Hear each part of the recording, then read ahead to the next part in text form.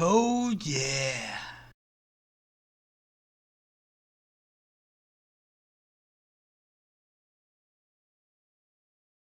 Bonjour. Alors, aujourd'hui, je refais une petite vidéo parce qu'il se passe un petit peu des choses sur le marché et je voudrais en parler avec vous. Mais avant, je vous invite à nous rejoindre dans le groupe privé parce que vous voyez, je leur donne des rapports tous les jours sur le Bitcoin, sur l'Ethereum. Et là, c'est nouveau, depuis quelques jours, je leur donne aussi des rapports sur les alts, certains alts et notamment ceux dont on est, sur lesquels nous sommes positionnés. Donc, eh bien, dans ces rapports, c'est très précis, je vous explique, je vous donne toujours 3 scénarios de ce qui pourrait se passer, et surtout, je vous explique les rapports entre chaque chose que j'analyse pour que vous puissiez le faire par vous-même par la suite. Et bien évidemment, nous faisons aussi des ateliers de formation continue où j'explique tout ça en détail. Alors, qu'est-ce qui se passe aujourd'hui? On va aller voir ça tout de suite. Avant, je voulais vous montrer que sur le Bitcoin, mes 3 dernières vidéos vous parlaient d'un retracement imminent sur le Bitcoin. Donc celle-là, je l'ai fait le 13 juillet. Vous avez la date en haut de la jaquette. Le 13 juillet, je vous prévenais qu'un retracement sur Bitcoin était possible. Ensuite, le 14, je vous avertissais d'un piège haussier parce qu'on est monté un petit peu plus avant de retracer. Et je vous explique pourquoi on est monté un peu plus, mais que le retracement était toujours d'actualité. Et ensuite, dans ma dernière vidéo, je vous expliquais qu'il y avait peut-être possiblement une tête-épaule qui se dessinait en 4 heures sur le Bitcoin. Alors ça ne s'est pas avéré. Par contre, après, si on regarde dans mes articles que je fais sur TradingView, eh bien, j'ai fait un article parlant possiblement d'une accumulation de Wyckoff en 4 heures. Vous voyez ici. Et où est-ce qu'on en est dans ce Wyckoff? Eh bien, on va regarder ça tout de suite ensemble. Possiblement, ça peut être juste un triangle de compression et non pas forcément une figure de Wyckoff, mais l'un dans l'autre, ça se ressemble beaucoup et c'est la même chose de toute manière, c'est de l'accumulation, tout ça. Donc l'un dans l'autre, on s'en fout finalement. Tant mieux si c'est du Wyckoff parce que du coup, on pourrait aller faire un petit spring avant de repartir, mais même si c'est pas du Wyckoff, on pourrait quand même faire ce petit spring de toute manière. Donc, c'est juste une question de vocabulaire, on s'en fout. Ce qui compte, c'est que je vous mettais en garde justement contre de la compression, et c'est exactement ce qui est arrivé, comme on peut le voir ici. D'ailleurs, je vous ai prévenu le 13 juillet qu'on risquait d'avoir un retracement, c'était sur cette bougie ici le 13 juillet. Ensuite, je vous ai dit qu'ici c'était un piège haussier et bingo, on a eu notre retracement et c'était effectivement un piège haussier ici. Et ensuite, je vous avertis de la compression et c'est exactement ce qu'on est en train de faire. Alors maintenant, qu'est-ce qu'il en est sur Bitcoin? Eh bien, comme d'habitude, il y a toujours plusieurs possibilités. La première que je préconise parce que les options arrivent à terme vendredi et il y a tout un tas de choses qui sont reliées à ça parce que c'est une expiration importante qui est une expiration hebdomadaire mais également mensuelle et en général celles-là elles sont beaucoup plus fortes en termes de poids pour tout ce qui est de manipulation justement, c'est-à-dire qu'ils ne veulent pas dépasser le point gamma et rester le plus possible de ce point gamma pour faire perdre le plus de gens, mais surtout pour que eux, ça leur coûte le moins cher possible. Voilà, j'explique tout ça dans mes rapports du jour, donc n'hésitez pas à nous rejoindre dans le groupe, tout ça est expliqué de but en blanc. Et alors, je vais continuer du coup ma petite analyse. Donc, moi, ce que j'aimerais voir, ça ne veut pas dire c'est ce qui va arriver, mais c'est ce que j'aimerais voir. J'aimerais voir soit qu'on retrace, on retombe et qu'on aille chercher, qu'on aille retomber dans la zone des 115 000, 114 000 dollars. Avec une mèche, pourquoi pas, puis qu'on remonte très rapidement. Ou alors ici, on fait semblant de faire un breakout, on va chercher les liquidités qui sont ici, dans ce triangle, dans ce rectangle rouge, et c'est un faux breakout, et ensuite on repart à la baisse, on va nettoyer tout ça ici, et ensuite on remonte.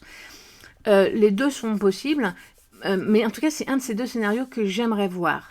Après, on peut continuer de latéraliser, c'est pas un problème. En tout cas, vous voyez qu'on arrive sur la fin de ce triangle de compression, ce qui est normal puisque les options c'est vendredi, c'est dans 3 jours. Donc forcément, ça va se dénouer à ce moment-là. Et on le voit très clairement sur le graphique. Alors pourquoi je pense qu'on pourrait retourner dans cette zone des 114-115 000? Premièrement, c'est une chasse aux liquidités. Deuxièmement, ça pourrait être un wake-off comme j'en ai parlé. Donc ça aussi, eh bien, en général, il y a souvent un petit spring pour aller chercher les dernières liquidités. Mais surtout, c'est que sur les CME, eh bien, vous voyez qu'on n'est toujours pas allé chercher le gap qu'on a fait dans la nuit du 10 juillet. On a fait un gap ici et on n'est toujours pas allé le combler sur les CME. Et ça, eh bien, j'aimerais vraiment qu'on aille combler ça avant de remonter. Ça serait beaucoup plus sain. Ça ne serait plus une épée Damoclès sur nos têtes. Donc, c'est pour ça que j'aimerais qu'on retourne dans cette zone. Donc, entre 115 et 114 000. Voilà. Donc ça, c'est pour le Bitcoin. En tout cas, dans tous les cas, sur le Bitcoin, on est bientôt à la résolution de ce triangle. Et la résolution, elle est à la hausse. Là-dessus, j'ai aucun doute. Donc, une fois qu'on aura terminé ce petit manège de manipulation, on repartira à la hausse. La question étant, est-ce qu'on va chercher ces liquidités en premier et ensuite on redescend, on va chercher ces liquidités? Est-ce qu'on va directement chercher ces liquidités et ensuite on ira chercher celles-là quand on remontera? Ça, c'est toute la question. Ou est-ce qu'on continue de stagner avant de résoudre le problème? Voilà, c'est un peu ça, je dirais, la question sur le court terme. Mais sur le long terme, aucun doute, on repart à la hausse dès qu'on a fini ce petit manège. Maintenant, sur Ethereum. Ethereum, c'est un petit peu plus compliqué.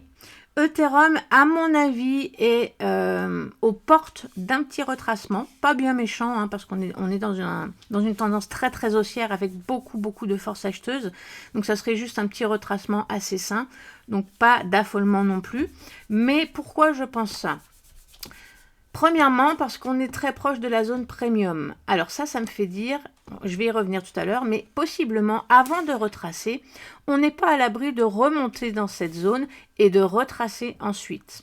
Je vais vous l'expliquer après. Deuxièmement, on arrive justement sur un point important. Vous voyez ici, on a un equal high. Et ça, c'est une résistance psychologique. C'est une résistance où on a eu beaucoup de vendeurs ici. Donc, grosse résistance. Et vous voyez, on s'en approche. Et ça correspond notamment à ma zone premium. Donc, c'est pour ça que je ne serais pas étonnée que quand on rentre dans cette zone, on fasse un petit retracement derrière. Alors, pour ce qui est de toutes mes couleurs sur le graphique, comme d'habitude, eh bien, en violet, c'est un order block baissier. Vous voyez d'ailleurs, qui correspond justement au moment où on a fait notre equal high. Donc, ça, c'est une résistance majeure. Tant qu'on n'a pas cassé ça à la hausse et qu'on y reste, on ne partira pas au-dessus. D'accord ? Ensuite, tout ce qui est vert et bleu, ça, ce sont des supports. On a des breakers, on a des fair value gap, bref, tout ça je vous l'explique dans le groupe. Alors encore une fois, venez nous rejoindre pour apprendre et ne plus vous faire avoir sur ce marché de manipulation le plus complexe qui soit. C'est un vrai Far West. Donc comprenez ce qui est en train de se jouer pour ne pas vous faire avoir. Et c'est ce que je vous propose dans mon groupe. En plus de vous donner tous les rapports, bien évidemment, tous les jours. Voilà, alors où est-ce qu'on pourrait redescendre si on a un retracement? Eh bien déjà, on pourrait aller chercher justement ce premier fair value gap, ce rectangle vert. Ensuite, pourquoi pas aller retester cette trendline bleue, mais plus peut-être avec une mèche, parce que je ne voudrais pas qu'on clôture en dessous de mon rectangle noir. Vous voyez, ça c'est la borne basse et la borne haute, elle est ici. J'aimerais qu'on reste, qu'on clôture dans cette trendline. C'est une trendline weekly, donc très importante, et c'est pour ça que je ne veux pas qu'on la perde. Donc on pourrait redescendre dans ces eaux-là, avec une mèche, aller retester la trendline bleue, pourquoi pas, mais j'aimerais qu'on reste dans cette zone-là, ça serait vraiment bien en termes de clôture journalière. Voilà. Alors pourquoi est-ce que je pense ça? Eh bien c'est quand on regarde les indicateurs, en plus des produits dérivés, en plus des options, etc., dont je vous ferai grâce... mais que je vous explique tout dans mon rapport du quotidien du jour, dans mon groupe. Hein. Donc tout ça, si vous voulez en savoir plus, encore une fois, rejoignez-nous. Alors, en termes d'indicateurs, qu'est-ce qu'on a? Donc, comme je vous l'ai dit, on arrive en zone premium sur une résistance importante. Ça, c'est sur le graphique. Mais en termes d'indicateurs, on voit que le RSI, il est en zone de surachat. Mais comme je le dis tout le temps, quand on est dans une période très haussière comme un bull run, on peut rester très longtemps en surachat. Donc, le RSI en soi n'est pas pertinent. Par contre, le RSI mélangé à d'autres indications, dont les produits dérivés, là, ça prend son importance. Donc le RSI, il a dépassé, vous voyez, non seulement il est en zone de surachat, mais en plus, il a dépassé ma zone rouge, qui est une zone critique. On se fait très souvent refouler dans cette zone. Donc, non seulement on est en surachat, mais en plus, on a dépassé la zone critique. Ensuite, le MACD, eh bien, le MACD, lui, vous voyez, il rentre dans ma zone critique. Donc, possiblement, il pourrait justement s'inverser dans cette zone ou juste au-dessus de cette zone. Donc, ça aussi, c'est à faire attention. Ensuite, ici, on a le NVT Z-Score. Alors ça, le NVT Z-Score, ça nous indique également si on est en surachat ou en survente. En fait, qu'est-ce qu'il mesure? Il mesure la capitalisation de marché et le volume de transactions on-chain. Et puis, c'est un ratio de ces deux données. Et quand on est en haut, on est plutôt en surachat. Quand on est en bas, on est plutôt surévalué, pardon, surévalué et sous-évalué, voilà. Sauf que ça aussi, ce n'est pas un indicateur en soi qui est pertinent. Il faut le prendre avec d'autres indications. Et là, on voit qu'on est clairement en zone de sous-évaluation sur le NVT, mais on voit que le prix, lui, il monte. Donc, quand on est en sous-évaluation et que le prix descend, c'est un bon moment d'acheter parce qu'on est effectivement en sous-évaluation, alors que là, on nous indique qu'on est en sous-évaluation, mais on a un prix qui monte. Et ça nous indique quoi? Ça nous indique que ce n'est pas suivi par le spot, que ce n'est pas suivi par les données on-chain, donc le spot, c'est au contraire des dérivés. Donc ça, c'est que de la spéculation. D'accord? Donc, eh bien, le mouvement du prix, quand il est supporté par la spéculation et non pas par le spot, il y a un moment ou un autre où ça s'essouffle et où ça se casse la gueule. Et je pense que ce moment est pas très loin. Dernière chose, on voit que le SOPR s'est allumé. Donc là, c'est pareil. Quand le SOPR s'allume, le SOPR, il nous indique si les gens prennent des profits ou pas. Et là, il s'est allumé. Donc, eh bien, justement, les gens commencent à prendre des profits. Et donc, le mouvement aussi pourrait potentiellement être en train de s'essouffler. Également, ce qui pourrait me faire dire qu'on pourrait avoir une correction, un petit retracement, c'est que sur le CBD, vous voyez, on a une pression vendeuse qui vient de s'installer au-dessus du prix. Donc, quand c'est au-dessus du prix, c'est plutôt une pression vendeuse à la baisse, donc, alors que quand c'est en dessous, c'est plutôt une pression acheteuse. Donc on a beaucoup d'achats, hein, c'est pour ça que je vous parle d'un petit retracement, on ne parle pas d'une correction profonde, mais attention, là ça vient de s'allumer, on vient d'avoir beaucoup d'accumulation au-dessus du prix, et ça n'annonce rien de bon. Maintenant, qu'est-ce qui me fait dire qu'on pourrait peut-être continuer de monter un petit peu avant de retracer? C'est que vous voyez sur la MACD, elles sont encore loin. On vient à peine de rentrer dans ma zone critique et elles sont encore assez loin l'une de l'autre. Donc, eh bien, on pourrait continuer de monter un petit peu le temps qu'elles se rapprochent. Pour le NVT, on vient juste de rentrer dans la zone de sous-évaluation, donc on pourrait y rester encore un petit moment. Le SOPR, vous voyez, il est allumé, mais c'est pas encore éteint. Ça veut dire que si vous regardez mon petit trait bleu, il n'est pas encore repassé en dessous de cette ligne rouge. Donc, tant qu'il reste en haut, ça veut dire qu'on a encore un petit peu d'espace pour monter, pour prendre des profits.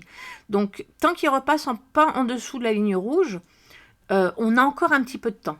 Et sur le RSI, c'est pareil, on peut très bien rebondir dans cette zone, refaire une sorte de M, un double top, et puis repartir à la baisse. Donc, vous voyez, c'est pas incompatible. Je pense que une correction n'est pas très loin, d'accord, mais possiblement on pourrait remonter dans ces zones, aller encore une fois piéger tout le monde. Pourquoi pas? D'autant plus qu'ici, on a justement notre point gamma. Et ça, c'est très important à surveiller. Le point gamma, c'est justement le point que les market makers surveillent parce que si on le passe à la hausse avec force et volume, alors ça peut entraîner un squeeze gamma parce que les market makers vont être obligés d'acheter au spot de l'Ethereum pour se protéger. Et donc, mathématiquement, ça va faire monter le prix, bien évidemment. Donc, Cette ligne rouge là, le point clé gamma, eh bien les market makers ne veulent pas qu'on la dépasse parce que ça leur coûterait beaucoup trop cher et ça ferait monter le prix très vite. Donc il faut bien surveiller ça. Moi je pense, comme je vous l'ai dit, qu'on pourrait remonter encore. On a un petit peu d'espace pour remonter ici et se faire refouler dans ces endroits-là. Avec la correction dont je vous ai parlé, qui est plus un retracement, c'est pas méchant, hein, c'est pas très très méchant. Bah, je ne pense pas en tout cas avec les données que j'ai aujourd'hui. Mais en revanche, si on passe le point gamma avec force, avec volume, et si sur le spot les données commencent à s'aligner, c'est-à-dire qu'on a de plus en plus d'achats sur le spot, notamment sur Coinbase, alors attention, ça pourrait invalider le scénario que je viens de vous donner, et dans ces cas-là, on pourrait faire un squeeze gamma et remonter, taper ma prochaine trendline. Voilà. Donc bien surveiller ce point, parce que c'est lui qui va nous dire si c'est invalidé ou pas. Alors, si vous êtes nouveau sur cette chaîne, bah déjà, enchantée, moi c'est Stéphanie. Je fais des vidéos pour vous expliquer un petit peu toutes les choses pour que vous puissiez vous débrouiller par vous-même. Je vous fais aussi des analyses et je parle aussi d'alertes quand il y en a à vous communiquer, ce qui est le cas aujourd'hui. Donc, n'hésitez pas à vous abonner et nous rejoindre dans cette communauté. Et puis, si vous me connaissez déjà, eh ben, abonnez-vous également. Ça me permet d'augmenter ma vision, ma visibilité sur YouTube. Ça augmente l'algorithme. Laissez des commentaires. D'ailleurs, ça aussi, ça permet à l'algorithme de me mettre plus en avant. Donc, si vous voulez me soutenir par rapport aux informations que je vous donne et que je fasse encore plus de vidéos, abonnez-vous, likez, partagez et commentez. Sur ce, très belle journée à tous. Bye.